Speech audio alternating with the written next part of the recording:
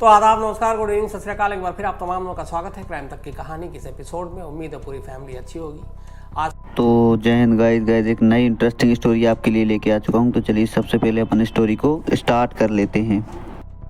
अब आते हैं आज की कहानी के ऊपर। ये कहानी की शुरुआत आज मैं क्लाइमेक्स से करता हूँ और शुरुआत बाद में करता हूँ। ये बात है 15 अक्टूबर 1917। इत्तेफाक से आज 10 अक्टूबर है, 5 दिन के बाद, लेकिन 1917 मतलब 105 साल पुरानी। तो 15 अक्टूबर 1917 की सुबह सुबह फ्रांस की राजधानी पेरिस की सेंट लाजार जेल, जैसे अपने तिहाड़ जेल है दिल्ली में, तो सेंट लाजार जेल पेरिस में सुबह सुबह एक ख़ास कैदी को जगाया जाता है। ये कैदी कोई और नहीं बल्कि एक बेहद खूबसूरत एक डांसर, और जिसकी खूबसूरती के चर्चे हुआ करते थे, और उम्र उस वक्त 1917 में 41 साल थे सिर्फ। सुबह सुबह उठाया गया और कहा गया कि चलिए अब आपके चलने का वक्त आ गया है। 2 खत लिखने की इजाज़त थी उस सुबह, क्या आप 2 खत लिख सकते हैं, 2 पत्र लेटर। उन्हें कागज़ कलम दिया गया, वो ख़त लिखा, फिर कहा गया कि आपको इतना वक्त है तैयार होने के लिए। बाकायदा वो फिर तैयार हुई। उन्होंने हैट पहना, ओवरकोट पहना, और इसके बाद बाहर एक आसमानी रंग की गाड़ी थी, उसमें 2 नन थीं, इसके अलावा वकील था। और गाड़ी अब जेल से बाहर निकलती है और पेरिस के आउटस्कर्ट पर बाहरी इलाके की तरफ उसका रुख था। अब पेरिस से ये गाड़ी बाहर निकलती है, कुछ ही देर के बाद ये गाड़ी बिल्कुल पेरिस के बाहर में जाकर एक सुनसान जगह पर रुकती है। लेकिन वो जगह ऐसी थी जहाँ पहले से तैयारी हो चुकी थी। वहाँ पे बहुत सारे लोग थे, लेकिन सारे आर्मी के थे। एक लाइन में 12 फायरिंग स्क्वाड के लोग खड़े हुए थे, मतलब जिनको गोली मारनी थी। वो 12 के 12 खड़े थे वहाँ पे। एक वहाँ पे रिलीजियस वो भी थे, पास्टर या फिर आप कहें फादर, तो वहाँ पे वो भी मौजूद, डॉक्टर भी मौजूद, वकील भी मौजूद। पास में एक खंबा बनाया गया था, उस खंबे से अब इस लेडी के हाथ बांधने थे दोनों, और आंखों पर पट्टी बांधनी थी। लेकिन ये पहले पूछा जाना था, क्या आप इसके लिए तैयार हैं? तो उस लेडी ने कहा कि नहीं, मेरे दोनों हाथ नहीं, सिर्फ एक हाथ बांध दीजिए। एक हाथ बांधा गया। फिर कहा गया आंखों पे पट्टी। उसने कहा नहीं, आंखों पे पट्टी नहीं, मैं जो कुछ भी हो रहा है अपनी नंगी आंखों से देखना चाहती हूँ। तो उसकी इस आखिरी ख्वाहिश को पूरी की गई। इसके बाद घड़ी देखी गई, जो मेन वहाँ पे अफसर था। इसके बाद उसने अचानक हवा में एक इशारा दिया, और ये जैसे ही इशारा हुआ उससे चंद सेकंड पहले उस लेडी ने सामने जो खड़े गार्ड थे उसको एक फ्लाइंग किस किया, और उसके बाद इशारा होते ही अचानक 12 के 12 फायरिंग स्क्वाड, जिनकी बंदूकों का मुंह उस लेडी की तरफ था, उसे एक इशारे पर ट्रिगर दब गया। सारी गोलियां उस लेडी को लगी। एक हाथ बंधा हुआ था, आधा शरीर उसका हवा में नीचे झुक गया। इसके बाद गोलीबारी की आवाज़ रुकती है। एक उनमें जो मेन उनका लीडर था फायरिंग स्क्वाड का, फिर वो आखिर में उसके करीब जाता है, उसे देखता है, और सर के बेहद करीब वो उसको आखिरी गोली मारता है। और इस गोली के मारने के बाद फिर डॉक्टर चेक करते हैं और डेड डिक्लेयर कर देते हैं। और इसके साथ ही शायद दुनिया की सबसे खूबसूरत, सबसे होनहार डांसर, जासूस, डबल एजेंट, जो भी आप कहें, उसकी और उसकी कहानी का खात्मा हो जाता है। ये कहानी थी एक ऐसी जासूस की जिसमें कई चीज़ें आज भी हैं। आज 105 साल बाद भी ये वाकई वो जासूस थी, वो डबल एजेंट थी, या फिर 2 देशों के बीच की दुश्मनी की शिकार हुई, या फिर एक देश ने अपनी नाकामी का ठीकरा उसके सर पे फोड़ा। आखिर सच्चाई थी क्या? ये कहानी है माता हारी की। माता हारी एक लेडी जासूस, जिसने पूरे एक वक्त में यूरोप दीवाना हुआ करता था। और ये कहानी माता हारी की मौत की थी 41 साल की उम्र में। अब सवाल है कि माता हारी कौन थी और क्यों उसे फायरिंग स्क्वाड से गोली मारी गई? तो पूरी कहानी यूँ है कि 7 अगस्त 1876 को नीदरलैंड में एक आम परिवार में एक लड़की का जन्म होता है। इस लड़की का नाम था मार्गरेट गितोइदा। तो मार्गरेट एक आम परिवार में जन्मी। जब ये 10-12 साल की थी तभी माँ की मौत हो गई। अब ये थोड़ी बड़ी हुई तो उसी वक्त, इससे करीब 16-17 साल की जब हुई, तो उसी वक्त नीदरलैंड में एक शाही सेना के अफसर हुआ करते थे, जो माता हारी से उम्र में डबल थे, दुगने थे। उनसे शादी कर दी गई। अब वो आदमी थोड़ा याश किस्म का शाही सेना का वो अफसर, और उस वक्त इंडोनेशिया में पोस्टेड था। फिर धीरे धीरे दोनों के बीच में लड़ाई झगड़ा शुरू हुआ। वो शराब पीता और माता हारी यानी कि मार्गरेट को मारता पीटता। कहते हैं इसके बाद 2 बच्चे पैदा हुए, लेकिन फिर ये भी कहानी है कि दाई ने उन दोनों बच्चों को एक रोज़ जहर दे दिया, क्यों दिया पता नहीं, लेकिन उसमें बेटा मर गया, बेटी किसी तरह बचा ली गई। पति जुल्म कर रहा है, परेशान है, कोई मदद नहीं कर रहा है। मार्गरेटा को लग रहा है कि उसकी ज़िंदगी क्या यही है, और उसका सपना था वर्ल्ड टूर का कि वो दुनिया घूमे। इधर पति के हाथों से प्रताड़ित हो रही है। आखिरकार फिर उसने फैसला किया कि वो अपने पति को छोड़ देगी, और पति को छोड़कर वो निकल जाएगी। 1902-3 में उसके बाद वो अपने पति को छोड़ देती है। बेटी से भी वो अलग हो जाती है। बेटी अपने रिश्तेदार के पास छोड़ देती है कि उसे दुनिया में पैसे कमाने थे, बाकी बहुत सारा काम करना था। और अब वो वहाँ से निकलती है पेरिस जाने के बाद पहली बार मार्गरेटा को उसका मकाम मिलता है। वहाँ कुछ अखबारों में ऐड था, कुछ चीज़ें देखती हैं, बेहद खूबसूरत थी। और उसने कुछ इंडियन और बाकी तमाम तरह के डांस भी सीख रखे थे। तो उसके डांस में कहते थे कि गज़ब की खूबसूरती थी, गज़ब की फुर्ती थी।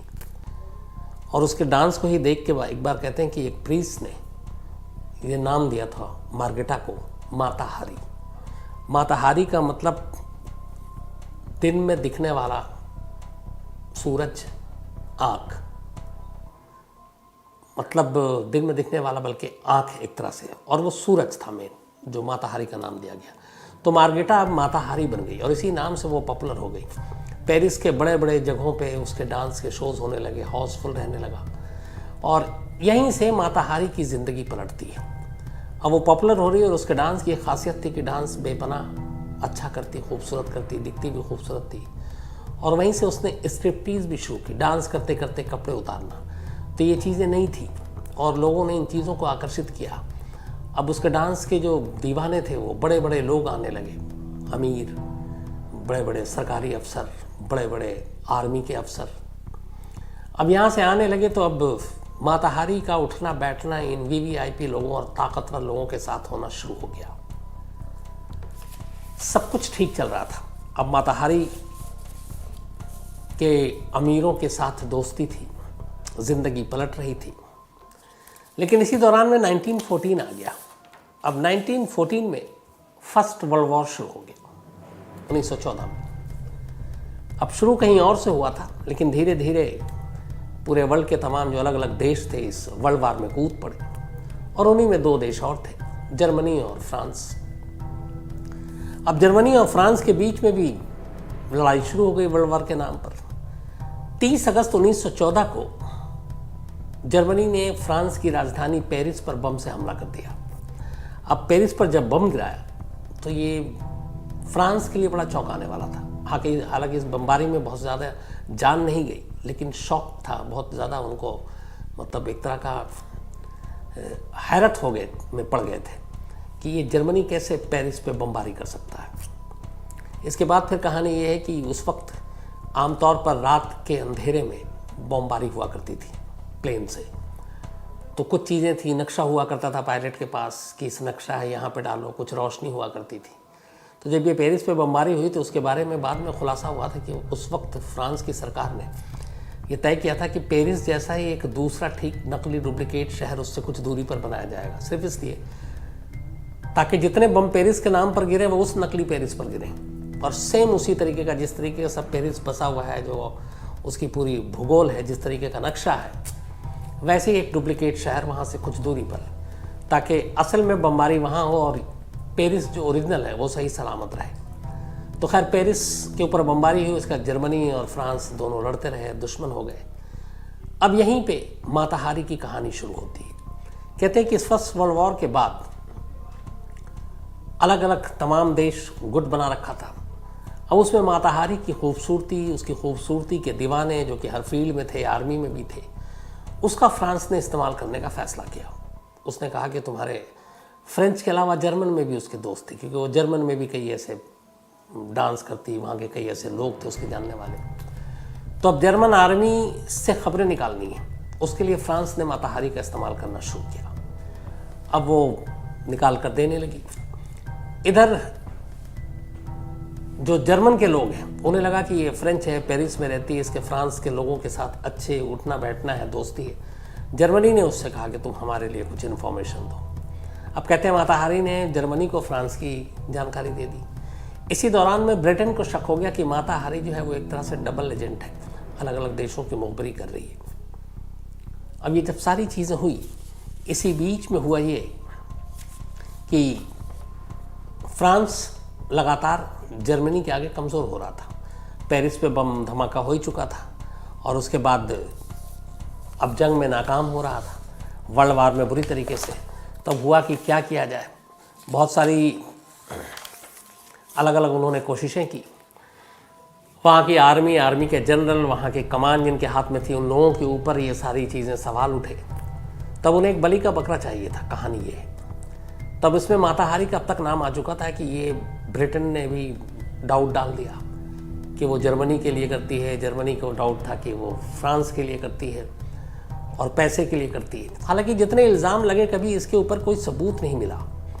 लेकिन एक लेटर, एक टेलीग्राम का एक मजमून था जो एक फ्रेंच अफसर ने, एक फ्रेंच सेना के शख्स ने जब उसको आम किया तो पहली बार माता हारी के बारे में ये कहा गया कि ये असल में एक जासूस है और फ्रांस में रहकर फ्रांस के खिलाफ गद्दारी कर रही है और जर्मन को ये सूचनाएं और जानकारी लीक कर रही है, बेच रही है पैसे लेकर।